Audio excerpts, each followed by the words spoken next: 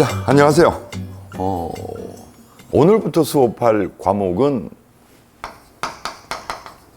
교통안전 관리론입니다. 우리가 시험 치는 자격증 종목이 철도교통안전관리자인데 사실 이 교통안전관리론은 철도 얘기는 거의 없습니다. 없고 이 과목이 정말 교재를 만들거나 강의하기가 정말 힘든 과목입니다. 이유는 첫 번째, 이 과목에 정의라든가 출제 기준 같은 건 아예 없고 출제 경향 같은 것들이 사실 이걸 파악하는데 제가 2014년 기출문제부터 가지고 있습니다. 제가 자꾸 착각을 해서 16년 이러는데 사실 2014년부터 이걸 시작을 했는데 2014년부터 기출문제를 가지고 있는데 여러분 교재를 완성하는데 한 7년 정도 걸렸다라는 겁니다. 그러니까 출제 기준 정의, 그 다음에 두 번째 뭐가 없다?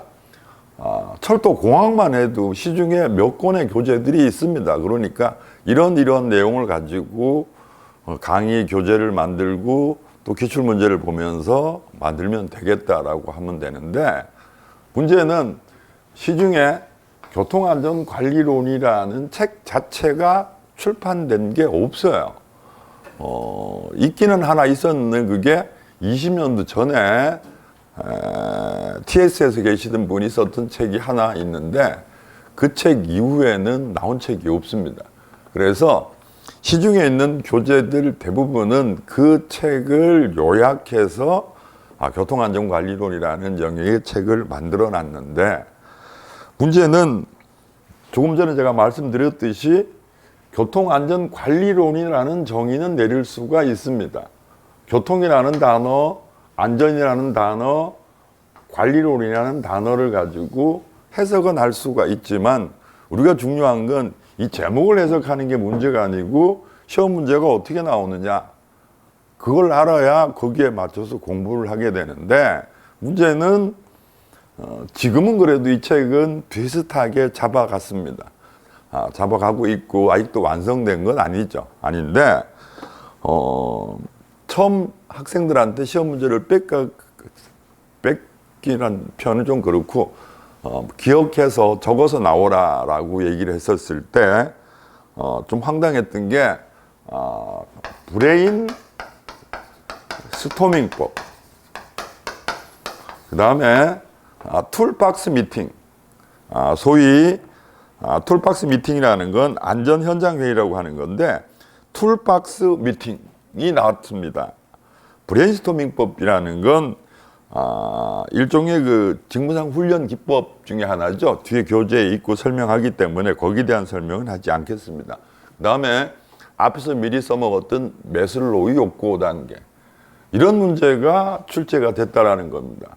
우리는 시험 과목이 뭔데? 제목이 교통안전관리인데 갑자기 브레인스토밍법이 나오고 회의법이 나오고 그 다음에 상담이 나오고 동기부여론에 관계되는 매슬로우의 욕구 단계가 나오고, 근데 문제는 이게 왜 나왔는지에 대해서 알 수가 없었다는 겁니다. 그래서 사실 교재를 구성하려고 해도 그 시중에 하나 유일하게 나와 있던 그분이 쓴 교재에는 또 그런 내용이 없어요. 그래서 몇 년을 기출문제를 계속 학생들한테 좀 복원해 달라고 해서 한 5년 정도 이렇게 지나니까 저 나름대로의 결론을 내려서 교재를 만들고 강의를 하고 있습니다. 그래서 저는 교통안전관리론을 크게 두 가지 영역으로 지금 나누어서 제 기준으로 보고 있습니다. 첫 번째는 우리가 트래픽이라고 얘기하는 교통은 뭘 이용해서? 교통구를 이용해서, 그죠? 기차든 비행기든 자동차든 교통구를 이용해서, 그 다음에 뭐가 필요합니까? 교통통로가 필요하죠? 철길도 있어야 되고 길도 있어야 되고, 그죠? 그래서 교통구를 이용해서 교통 통로를 가서 목적지까지 여객이나 화물 같은 것들을 이동시키는 거죠. 그러면 바로 이 교통구를 어떻게 해야 돼요? 교통구를 조정하는 건 사람이죠. 그렇겠죠? 그럼 결론은 우리가 교통안전이라는 건 어떻게 해야 돼요? 바로 사람이 교통구를 운전해서 교통통로를 이동해서 목적지까지 어떻게 가야 됩니까? 안전하게 가야 되겠죠. 안전하지 않고 뭐가 나게 되면, 중간에 문제가 생기게 되면 그건 우리가 뭐라고? 교통사고라고 볼 수 있겠죠. 사람을 다치거나 화물이 훼손되거나. 그렇죠? 그래서 저는 교통안전 관련해서 첫 번째 바로 뭐다? 교통안전은 뭐로부터의 안전입니까? 교통사고로부터의 안전이죠. 그렇죠? 그럼 교통사고는 어떻게 돼? 교통사고는 이 세 개 중에 하나의 문제가 있으면 교통사고가 나겠죠. 물론 대부분 어떻게 돼요? 휴먼 에러, 사람에 관한 문제가 대부분이죠.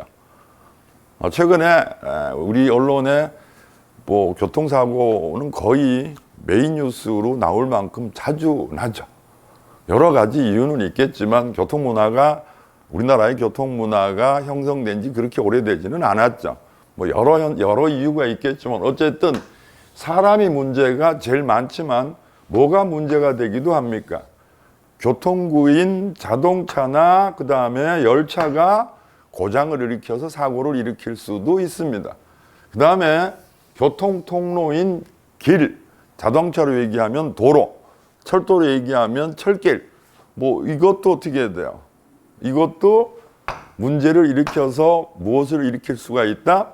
교통사고를 일으킬 수가 있다라는 얘기입니다. 그죠? 그러면 교통안전관리론이라고 했으니까 교통안전은 뭐로부터? 교통사고로부터의 안전.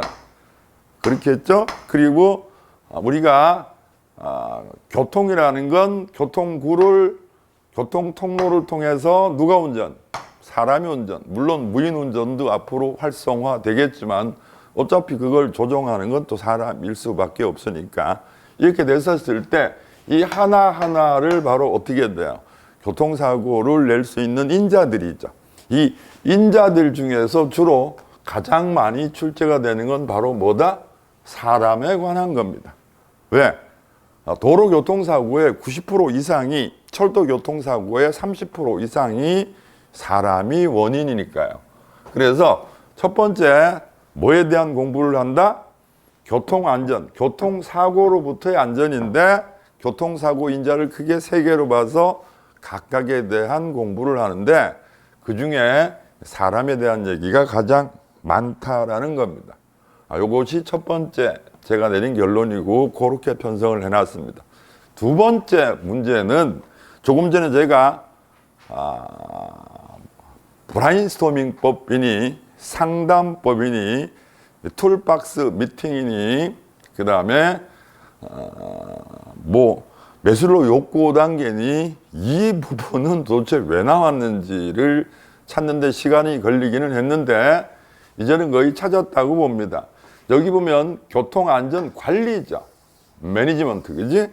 관리를 하는데 우리는 어떻게 해야 돼? 운수회사를 생각하면 될 것 같습니다. 운수회사는 운반하고 어떻게 돼? 날라주는 회사들, 코레일도 운수회사죠. 그 다음에 고속버스 회사도 뭐가 되는 겁니까? 운수회사가 되겠죠. 그렇죠? 이런 운수회사에서 가장 중요한 건 뭐겠어요? 운수회사에서 사고 나면 안 되겠죠. 코레일에서 만약에 20량을 끌고 가는 주말에는 SRT나 KTX가 이제 20량이 움직이죠. 사천 2개를 중년 운전해서. 그런데 고속버스도 마찬가지고 비행기도 마찬가지고 교통구가 사고를 일으키게 되면 어떻게 해야 돼요? 예전에 운수회사를 운에 좌지우지 된다라는 얘기를 한 적도 있습니다. 보험이 활성화되기 전에는. 어쨌든 사고가 나면 안 되죠. 그러니까 운수회사에서는 무엇이 엄청 중요해요? 교통사고로부터의 안전이 엄청 중요하니까 운수회사에서 무슨 조직을 만든다? 안전조직을 만들어야 하겠죠. 그렇죠? 코레일도 얼마 전에 어떻게 돼요? 코레일의 안전을 총괄하는 사람은 안전총괄 본부장 상임이사였었는데 이걸 뭐로 격상했어요? 부사장으로 격상을 했어요. 부사장으로. 그래서 얼마 전에 코레일 사장님이 지난 1년 동안 중대재해가 없었다라고 이렇게 아주 안전에 엄청 신경을 쓰셨다고 발표를 하시곤 했죠. 그럼 결론은 운수회사에는 뭐가 있다? 안전조직이 있다. 그렇죠? 안전조직이 있는데 문제는 철도 교통안전관리자에서 교통안전관리론에서 요 부분은 됐는데 이 관리 부분에 대해서는 어떻게 돼요? 뭘 가져왔다? 경영학에서 조직관리론, 인적관리론이라는 영역이 있습니다. 자, 우리가 고속버스 회사든 코레일이든 SR이든 안전조직은 어떻게 돼요? 운수회사에서 대단히 중요한데 이 안전조직은 잘 돌아가야 하겠죠. 안전조직이 잘 돌아가야 어떻게 돼? 뭐가 없을 거니까. 철도 사고든 고속버스 사고든 뭐 화물차 사고든 없을 거니까. 그래서 이 안전조직을 잘 돌아가게 하기 위해서 어떤 학문을 가지고 왔다? 경영학의 조직관리론, 인적관리론의 내용을 일부 가져온 겁니다. 자, 조직이 잘 돌아가기 위해서는 어떤 조직이든 마찬가지예요. 안전조직이든 무슨 조직이든 조직이 잘 돌아가기 위해서는 모두 해야 합니까? 동기부여도 해야 하겠죠. 그렇겠죠? 예를 들어서 기관사가 무사고 100만 킬로를 하게 되면 엄청난 명예도 주고 포상금도 주고 휴가도 주고 뭐 이렇게 그러니까 안전조직원들한테 동기부여를 해줘야 조직이 잘 돌아간다.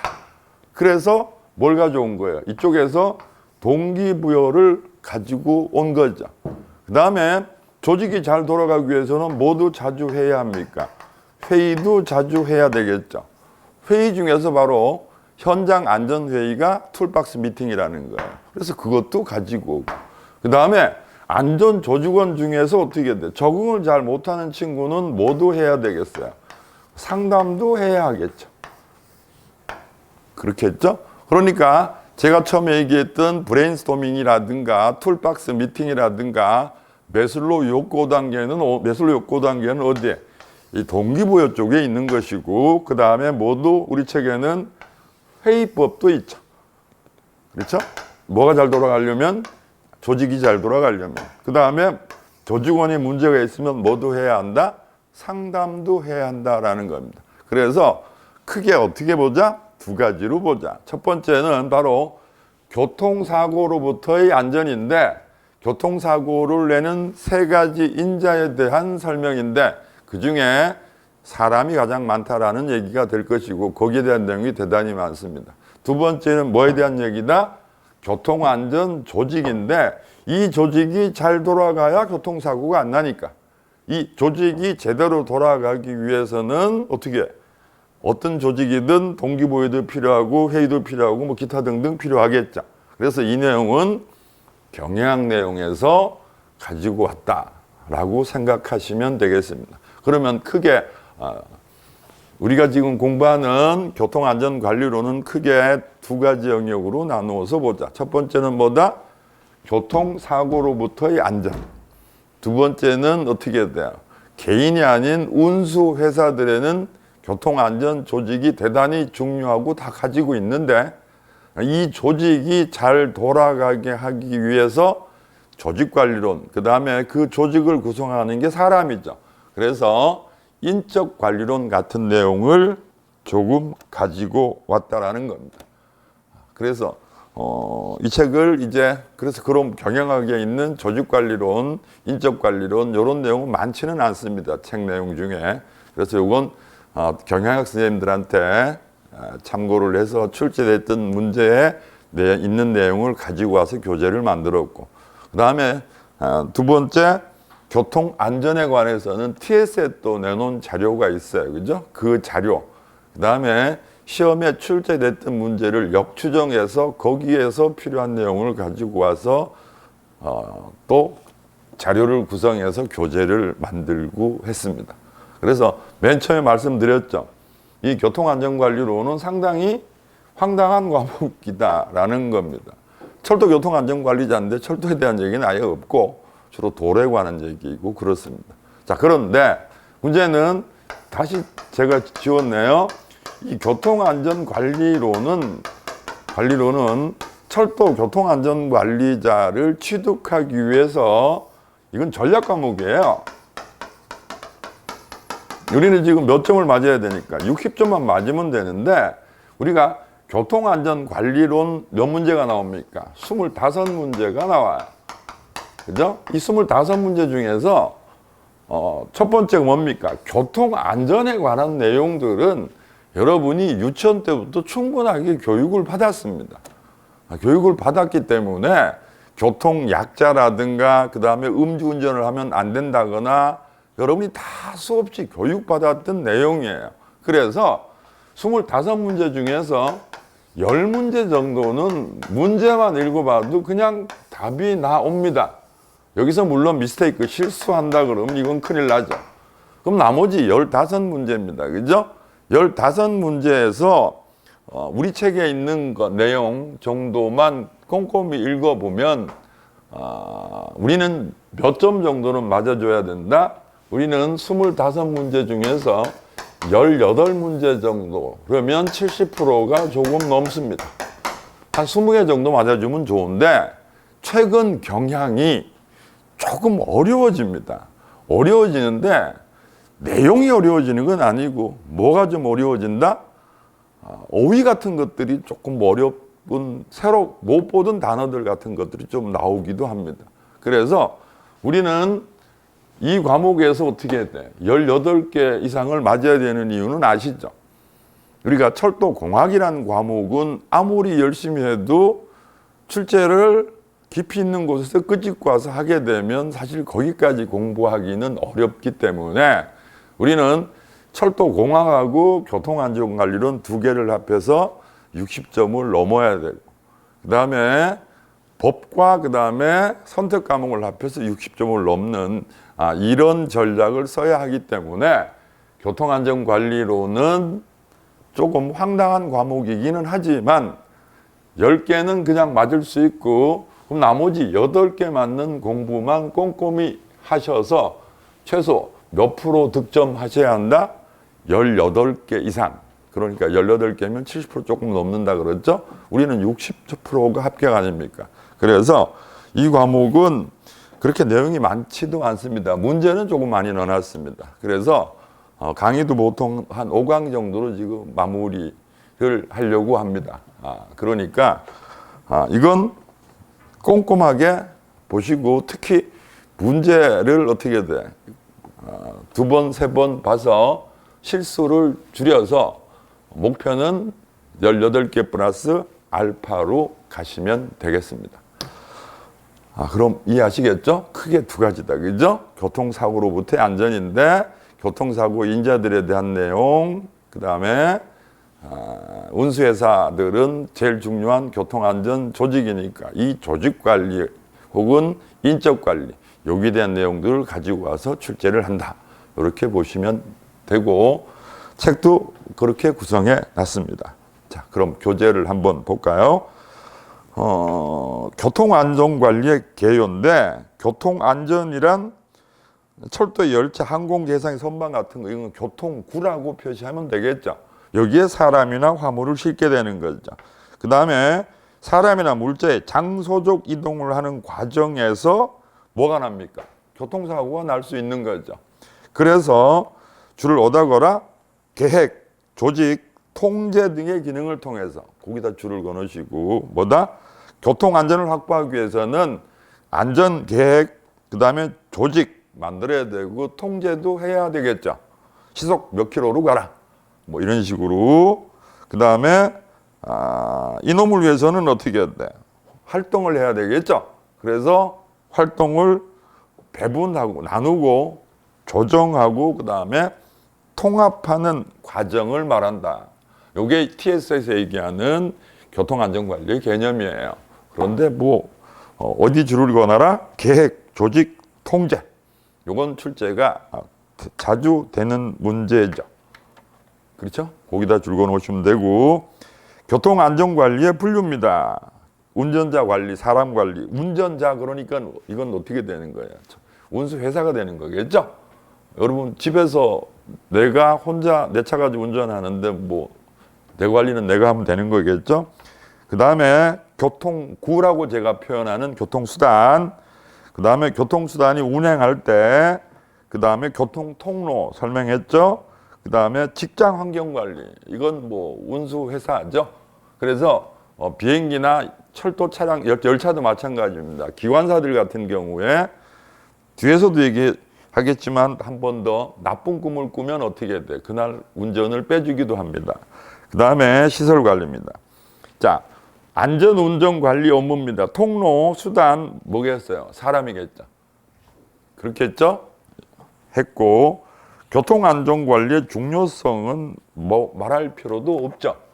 우리 사회에서 어떻게 해야 돼요? 정말 중요한 분들이 교통사고로 돌아가시게 되면 사회적으로 어마무시한 손실을 보게 되는 거죠.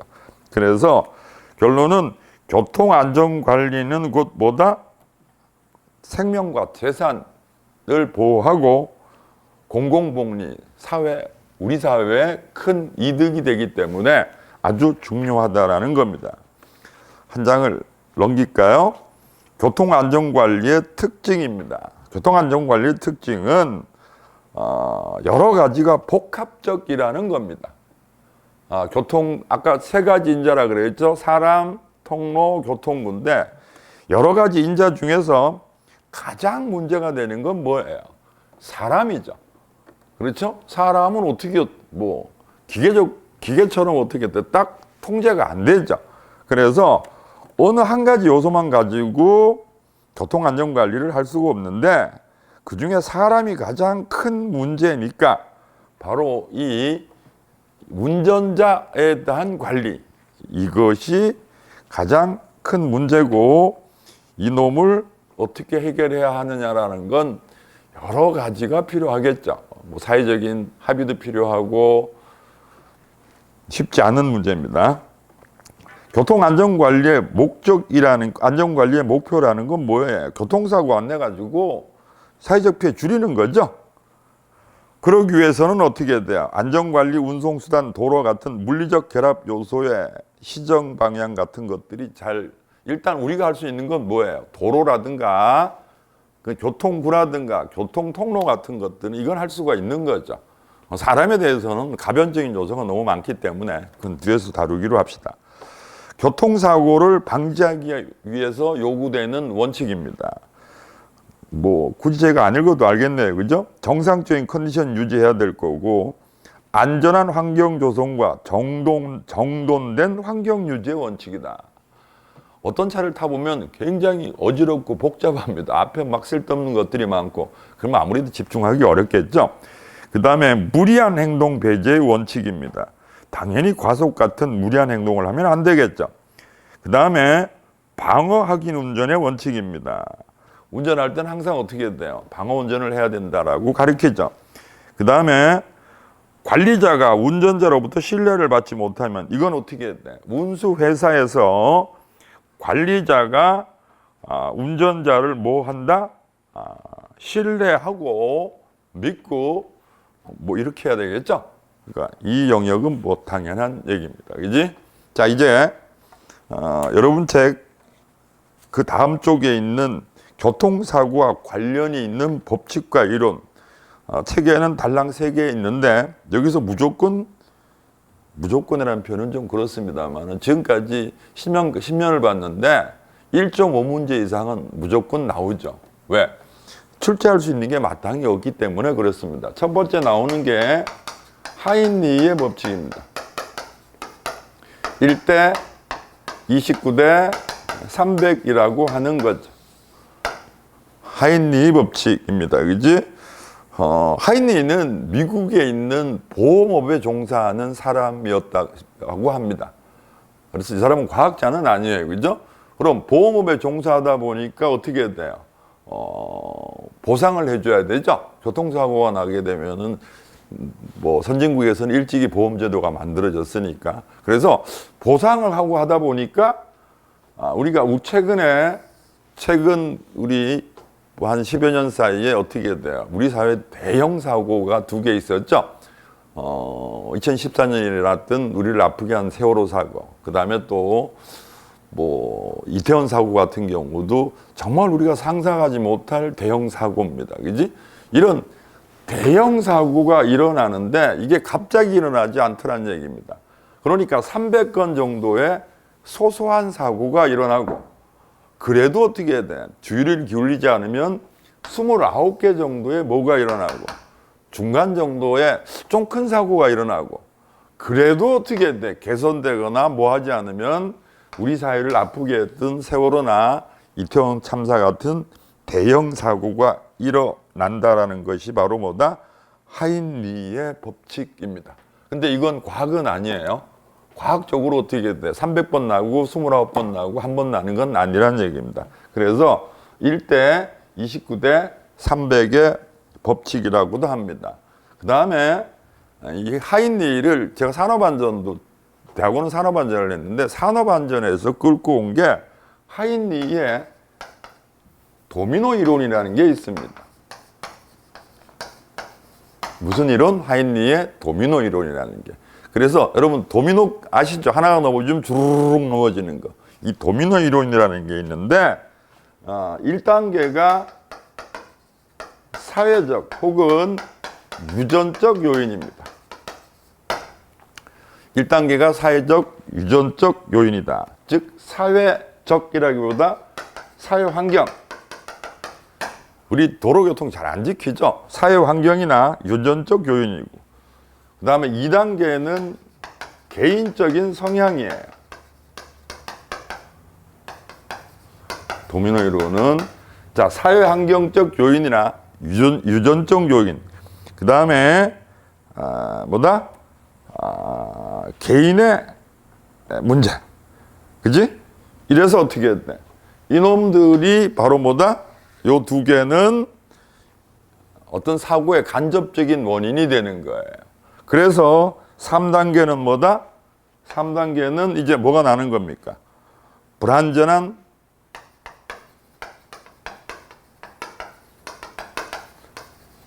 행동이 나타나고, 그 다음에 행동이나 불완전한 상태가 되는 거예요. 그럼 4단계 이제 뭐가 될까요? 4단계는 사고가 나게 될 것이고, 5단계는 어떻게 돼요? 이 사고는 우리를 아프게 하는 재해로 연결될 것입니다. 그래서 이걸 우리가 하인리의 도미노 이론이라 그러는데, 글쎄 뭐 출제될지는 모르겠습니다만 이해할 수 있겠죠. 1단계가 뭐다? 사회 환경이나 유전적인 요인들. 2단계가 개인적인 성향. 그 다음에 이것들이 결합이 돼서 어떻게 돼? 불완전한 행동을 하게 되고, 불완전한 행동이 사고로 연결이 되고, 이 사고가 대박이면 어떻게 돼? 우리를 아프게 한 큰 재해로 연결될 수 있다라는 겁니다. 그 다음에 1대 29대 300이 나왔으니까 버드의 법칙이라는 것도 그냥 알아둡시다. 제가 산업안전책에서 가져온 건데 1대 30대 60대 600입니다. 1대 30대 60대 1대 30, 60, 600 맞네요. 이건 뭐다? 60은 위험한 순간입니다. 여러분 도로에서 집에 가서 누워서 생각해 보면 오늘 하루 지나다니면서 어떻게 돼요? 꽤 많은 위험한 순간들이 있었죠. 자동차가 내부씩 지나간다거나 골목에서 뭐가 튀어나온다거나. 그 다음에 이런 일이 어떻게 있으면 이건 뭐다? 물적 손실이다. 60은 그 다음에 30은 어떻게 돼요? 경상을 입거나 물적 피해를 입게 된다. 그 다음에 1은 뭐다? 1은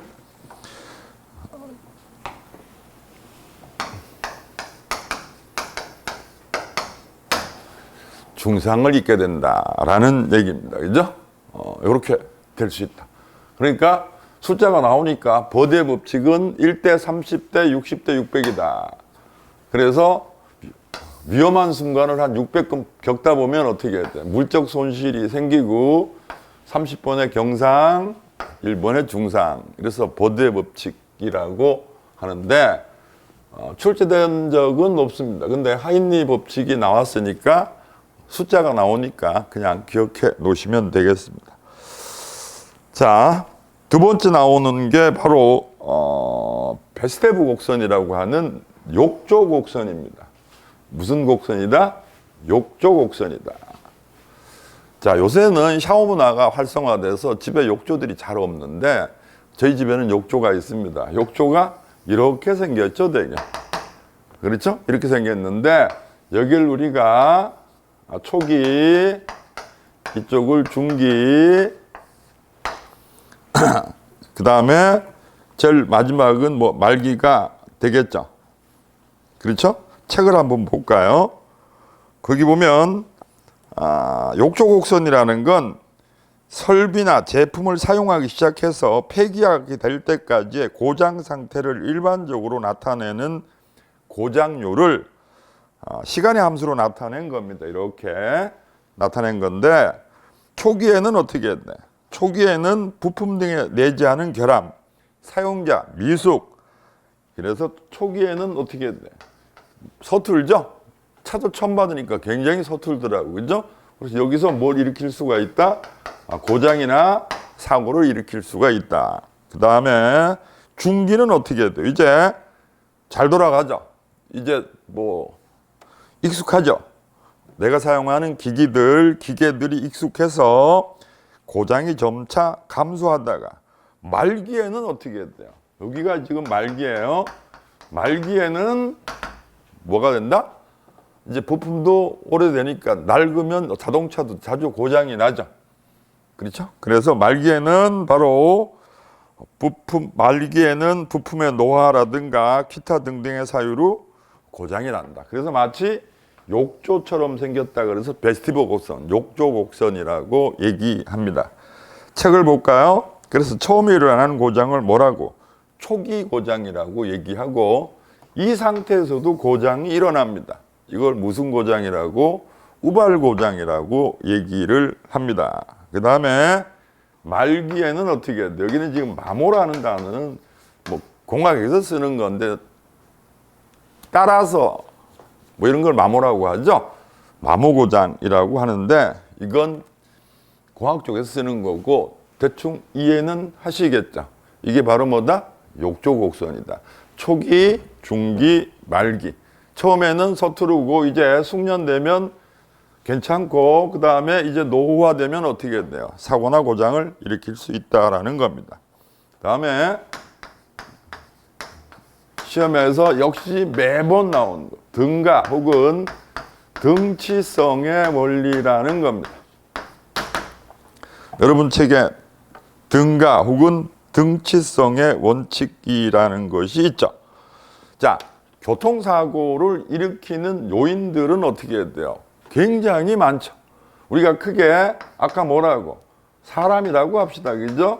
사람이 있고 그 다음에 교통 통로가 있고 그 다음에 교통구가 있어요. 그죠? 자동차 같은. 그런데 이 통로에도 어떻게 해야 돼요? 수많은 변수들이 있죠. 여름에는 폭우가 오고 겨울에는 눈이 오고 안개가 끼고 새벽 다르고 못 다르고 엄청나게 다르죠. 그 다음에 특히 어떻게 돼? 변수가 많은 게 사람이죠. 뭐 밤잠을 설친다거나 뭐 불면증이 있었다거나 그 전에 뭐 일을 많이 과로를 했다거나 어쨌든 오늘 아침에 매일 아침 8시에 운전하는 사람이 있다고 칩시다. 이 사람이 어떻게 돼요? 매번 컨디션이라든가 조건들이 다 다르죠. 그 다음에 교통구도 어떻게 돼요? 교통구인 자동차나 기관차 같은 경우도 그때그때 상태가 다를 겁니다. 어쨌든 사고가 났어요.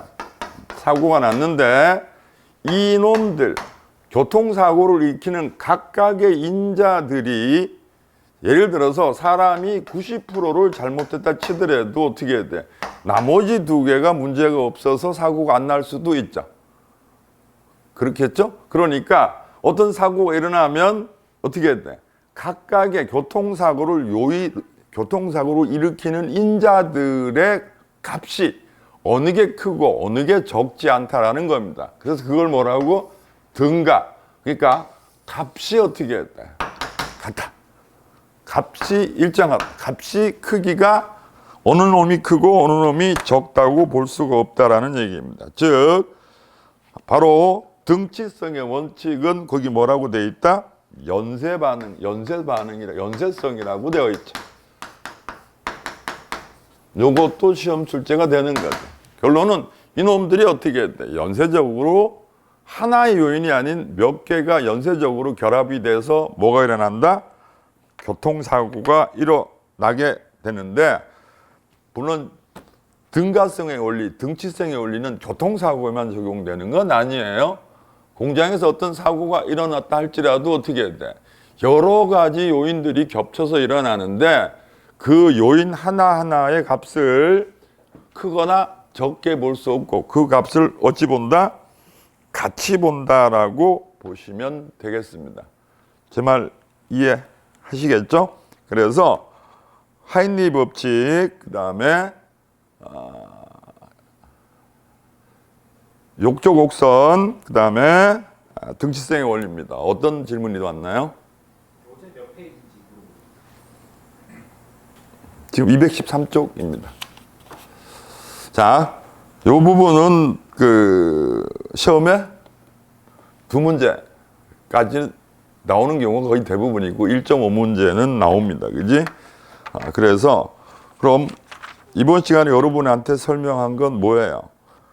교통안전관리론에서 시중에 문제지들이 많이 나옵니다. 근데 문제를 푸시는데 그냥 풀지 말고 어떻게 풀어라? 크게 몇 가지다? 2가지다. 하나는 뭐다?